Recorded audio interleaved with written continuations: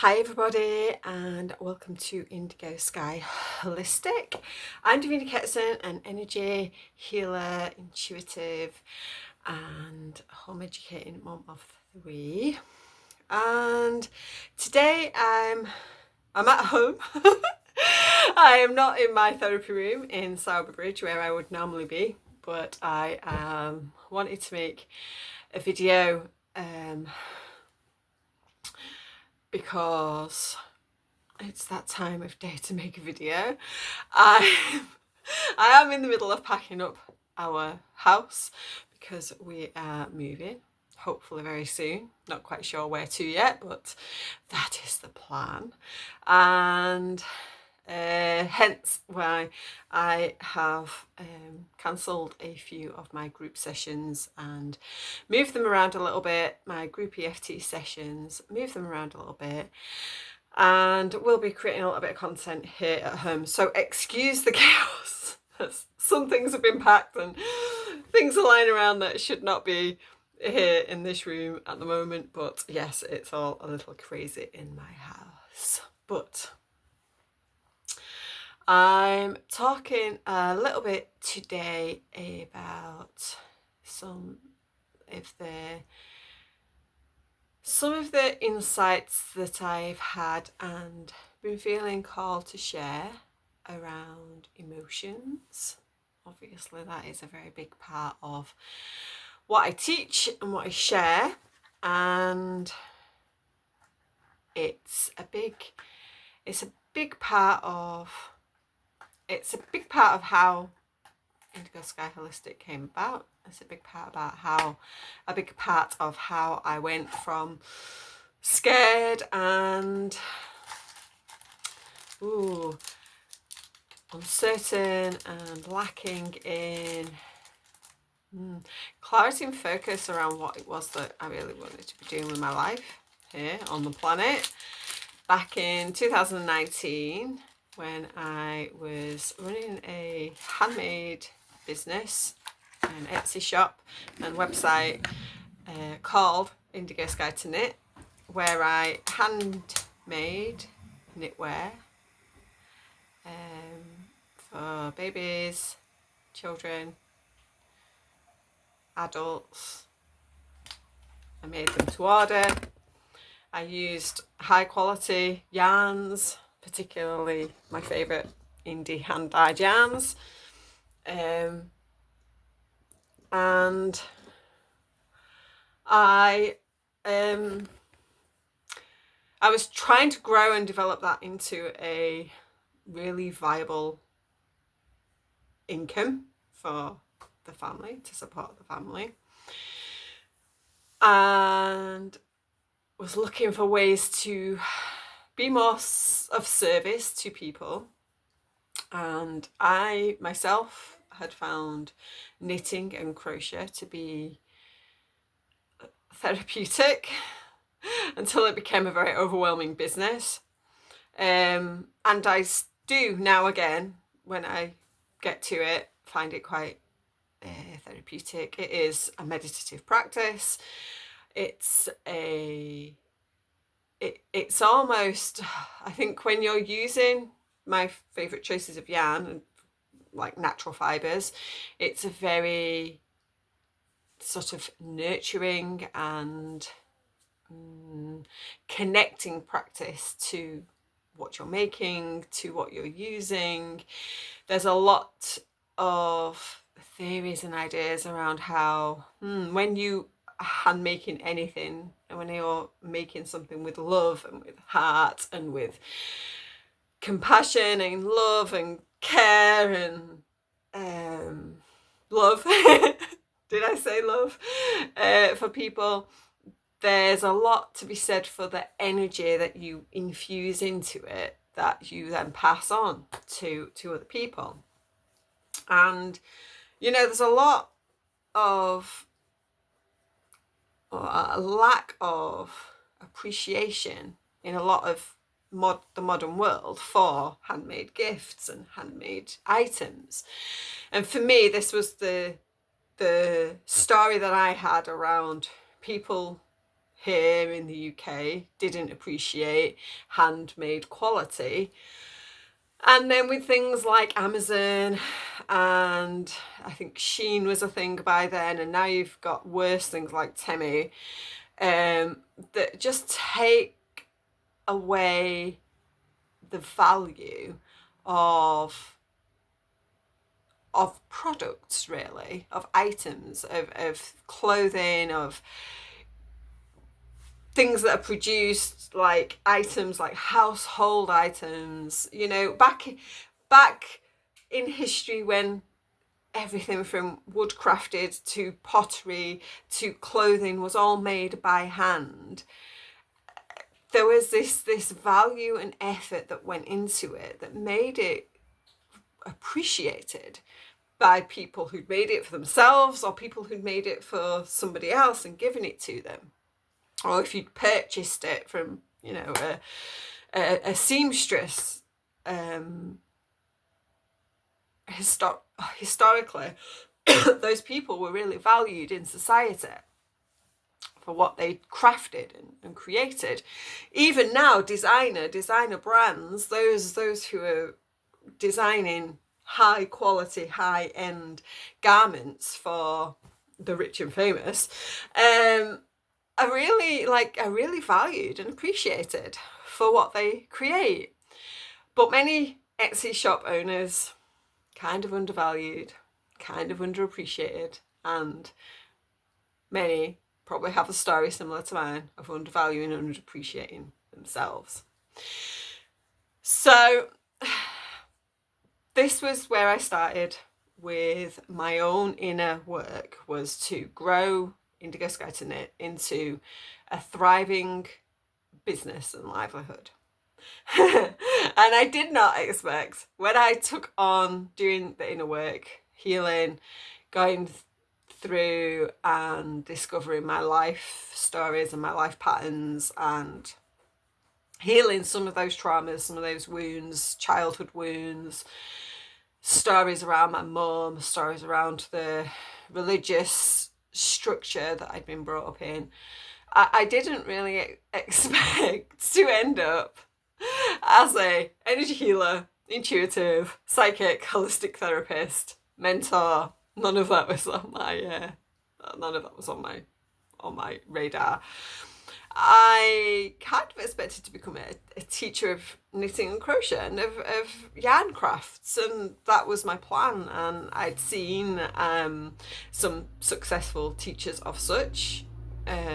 I'd seen some successful designers of knitting and crochet patterns. I followed them. I used their creative patterns and designs, their creative designs in my own creations.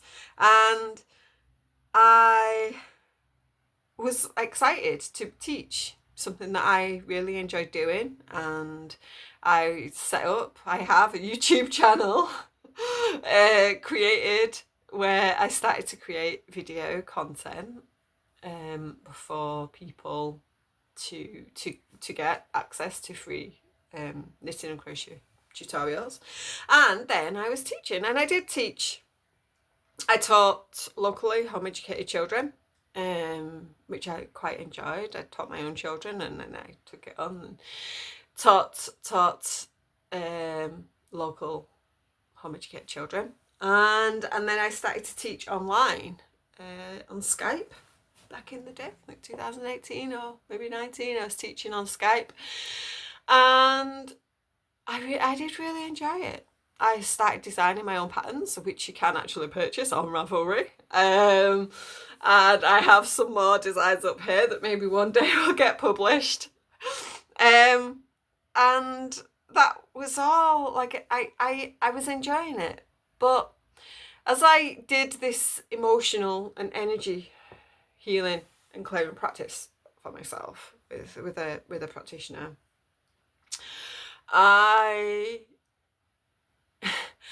what I didn't expect was my soul would begin to push its way out into the open again. And I think my soul had gone into hiding a little. I'd always been interested in health and healing. I'd always been interested in natural health and healing and holistic therapy. Like, I'd always seen that there wasn't more to how people felt than just what was going on with the physical body. I like always perceived this for people. And I began, like, because of my interest in holistic products and natural health within the family, I was a consultant. I've been a consultant previously as well for another essential oil aromatherapy company once upon a time, many years ago. And I became a consultant for Neil Jard when I was pregnant with my youngest. My knowledge of aromatherapy, which came from actually really just reading books and magazines and looking and researching for myself, I was aware. My sister had also done massage. My eldest sister's a qualified massage therapist. She did it at college, and she, when she studied that, knew as well that there are contraindications to certain aromatherapy products that can't be used on everybody. Now, people assume like natural, everything's safe, everyone can use everything's safe, it's natural, it's safe, and that's kind of not the case for various reasons, because a lot of natural therapeutics are potent if used, and overdoses can happen. And if there's an imbalance between your energy and the energy medicine, then it can be not ideal for your body to cope with. And this, because I knew this, when I started selling Neil Jard products, I didn't want to just be selling them with no knowledge. So I started to study aromatherapy. And I got very excited by crystal therapy. But because of my religious upbringing, I was still very caught up in like, oh, that's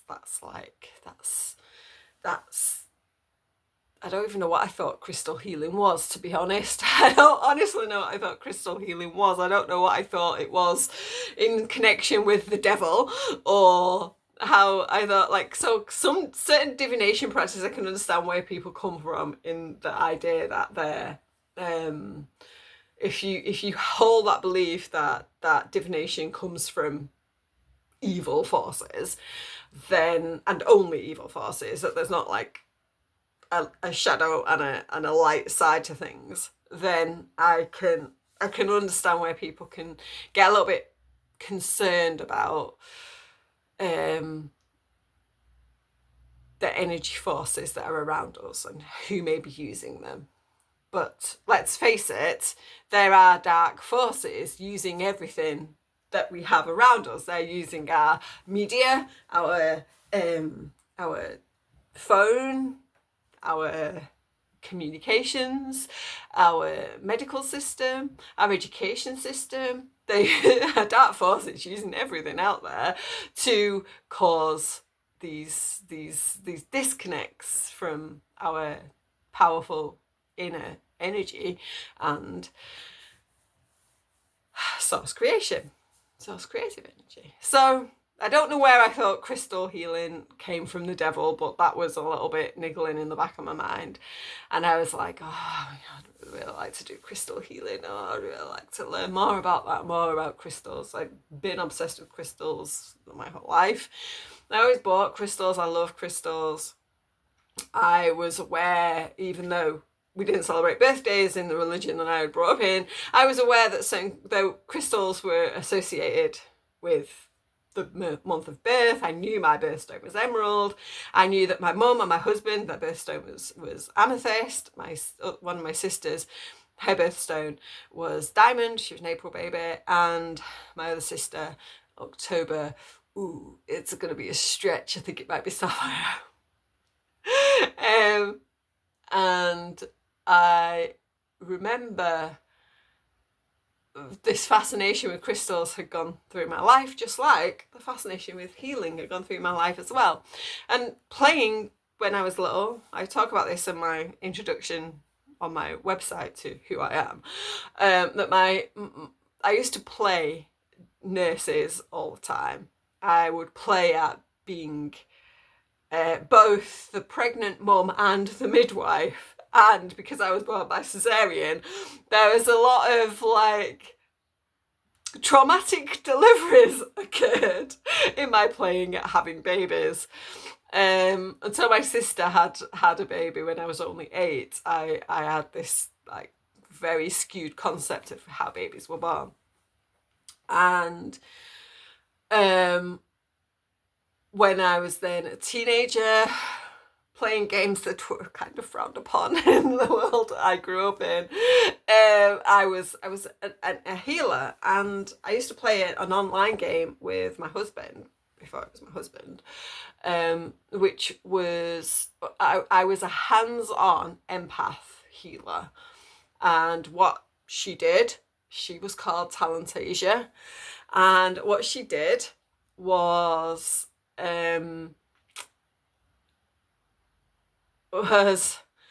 hands-on healing. So she would take when there's a battle in the Dungeons and Dragons style world, you know, there's a magic battle, and people get injured by the magic spells. And what Talentasia did was hands-on empathic healing. So she would take the wound into herself. Again, goosebumps. She would take the wound into herself, heal the patient, the warrior, the bard, whatever. My husband played a bard. And then she'd heal them. They'd be well. She'd have the wounds not as affecting her as it was. They're near death. She's not near death. But she then had to go sit away and use the force of energy to heal herself. That's the kind of healer that I was in these games, and I loved it. I absolutely loved playing that kind of healer. From an emotional standpoint, as an intuitive empath and a holistic practitioner, that's how I process people's emotional wounds. I actually listen, I feel, I take on board the emotional wounds.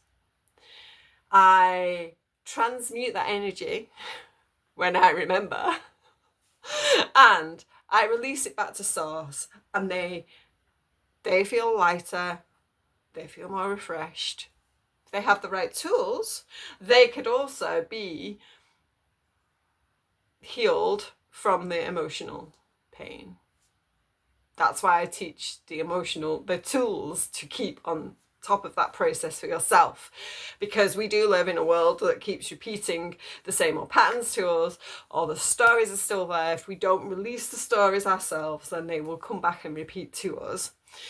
So I will take in the emotion, and I know now how to transmute that and return it to source. And that's, my body's a channel for other people's emotions to come through me, be felt by me, allow them to feel better and feel released of their emotions. And I transmute it back to source and let it go. That's what I do now. For many years I was doing this without knowing what I was doing. And I wasn't transmuting it back to source. And I was taking it in myself. And I was storing it in myself. And I was getting more and more emotionally impacted. I guess impacted is the right word, actually. You know, like a bowel impactation. I used to work in healthcare. We taught bowel movements at the dinner table, much to my husband's trauma. But yeah, I basically got emotionally impacted by the emotional trauma of everybody that I took on around them, because I would feel their emotion, I would take it in, and I would feel it, and I'd be like, oh my God, I really feel the pain that that person's in, the pain that that individual's in, the pain that they're feeling. I relate them, and that would allow me to make excuses for poor behavior from people as well. So I would like make excuses for how people treated me and what people did, how people wronged me. Basically, I had no boundaries around how I was affected by people's energy and people's actions. And I just like let it all sit inside me and fester inside me. And this impacted me as eventually I was suffering from the depths of depression. I didn't really realise the complex PTSD I got from my younger years, and the PTSD and the trauma and the childhood trauma and the anxiety of life and the stresses of the world and the politics and the government and the like being a mum and taking on all of their pain, the 3 little babies that I'd had and the traumatic deliveries that I'd had, one traumatic delivery. And I took it all in myself, and I was like storing it all inside me, and the world was getting crazier. And now I know that like I was holding that energy, storing that energy within myself, and had no tools whatsoever to use to release it and let it go. And I was drinking a lot of alcohol. I was eating a lot of the wrong kinds of food, and I was feeling worse and worse and worse, and the world was getting worse and worse and worse.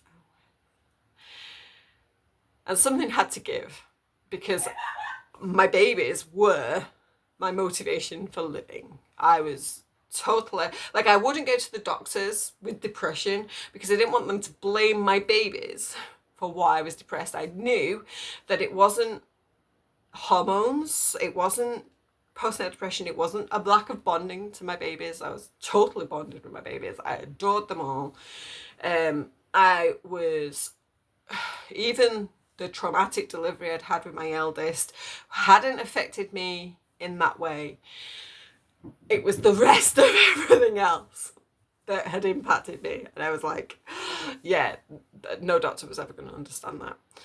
And that's because it was energetic. It was energetic. It was the emotions of other people and other situations, building on my own experiences and my own stories that I was extremely good at remembering. Thank you to my defined head centers and my human design chart. I remember all of the terrible, terrible situations and times where the same stories had happened in the past, plus historically, historical stories that had been told me from other people, and from history books. It was all inside me, literally physically making me grow as well. Like, I was gaining weight for no reason, because when I looked at the food that I ate, there was no reason for me gaining the physical weight that I was. I was like, oh my God. So I shifted things. I learned about emotional clearing. I learned about energy. I began to research for myself the impact that my emotions and my state of being and my feelings had on everything, from like how I perceived the world in front of me to what I was projecting into the future with the feelings inside me. And I realized that things had to change within me for the outside to change. And so I did. I guess I still will call it work, because it was still quite hard. There was still a lot of pain, there's still a lot of tears and emotions, and there's still a lot of stuff that went on for me to release. There was a lot of crying that happened over those years. There still is sometimes some crying that happens. Crying is very good. Crying is such a powerful release tool. And I would let that go, and I would release it. And as the time went on, I started to release all the emotions that I'd stored from other people too. I was beginning to see that when I spoke to somebody and listened to their stories, I had to do something to release it and let it go. And I've used various tools for this over the years. I've just used intention. I mostly just use intention and my own process of releasing now through energy connection to the above and below. But I've used breath work in the past, still do. I've used it. I've used journaling as a way to process the mental stuff, still do. And just like a intentional releasing of the stories, and knowing that other people's stories are not mine, knowing that past is gone, it's not mine, it's not real, it's not there, and learning to come into any given moment, like right now, and find rest and calm and peace within myself.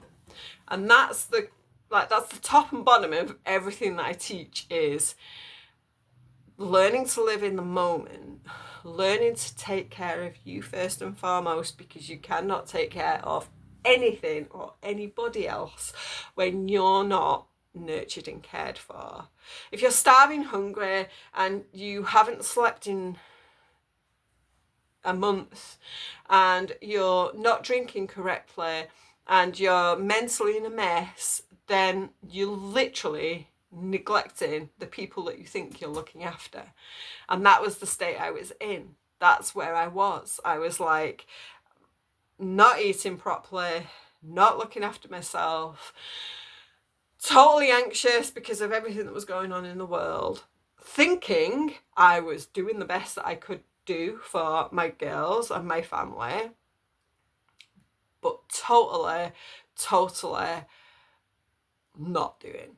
Because ultimately, that could have been the end of me within a few years. And what use then am I to my family, to my daughters, if I'm not physically here? I mean, there's a lot like, well, I'll be there for them, like in the spirit. That's cool. And I totally believe that when I do leave the physical, I will still be guiding them, just as my mother is still guiding me, and other ancestors, other deceased family members are still here for me now. But that isn't as good when they're young and they're still learning and growing for themselves as being physically here for them. So that's why I'm passionate about self-care. I'm passionate about looking after yourself. I'm passionate about teaching people the very, very, very easiest ways to do that, because as a busy mum of 3 girls who I home educate, whilst running and creating and living a livelihood, being present, supporting other people, being an energy healer, which takes a lot of energy. It's not called energy healing for nothing. It takes a lot of energy. Being a wife, looking after a house, being a friend, being a daughter for my dad, like doing his shopping and caring for him, doing all of that. You've got to be able to look after you in a minute or two, here and there. And it's cumulative. If I can take 30 seconds now, just bring myself in my body, where am I? What can I smell? What can I touch? What can I hear? What's real in this moment? My bank account isn't real in this moment. It's not. The clients that I've got to see next week are not real in this moment. They're not. In this moment right here, I can feel what I can feel. I can feel my leggings on my leg. I can feel my fingertips. I can smell the incense that I've lit. I can hear the giggling of my daughter downstairs, or if I didn't have my earbuds in, I'd be able to hear the birds or the wind outside. I can feel and hear my breath in my nose as I breathe in and out. I might be able to feel my heartbeat or hear my heartbeat, my pulse. Those things I can feel and hear and touch in a moment. And that is the basis of everything that I teach. And that's what I'll be teaching at the very start of the Rest, Surrender, Trust process. We start in December. You can sign up for just £55.50, your first payment, 10 months at that. You don't pay any more, any less than whoever is paying in full at £555. And There's lots of pre-content going in the next month, or well, 2 months, isn't it, just about. There's lots of pre-content going in. There's already some little bits and pieces in the portal if you sign up now. But the aspect of rest is the basis of everything else that you need to feel whole, complete, calm, nurtured, loved. It's the basis of it all. And that's what I've learned over the course of this 6 years of a crazy journey that I've been on.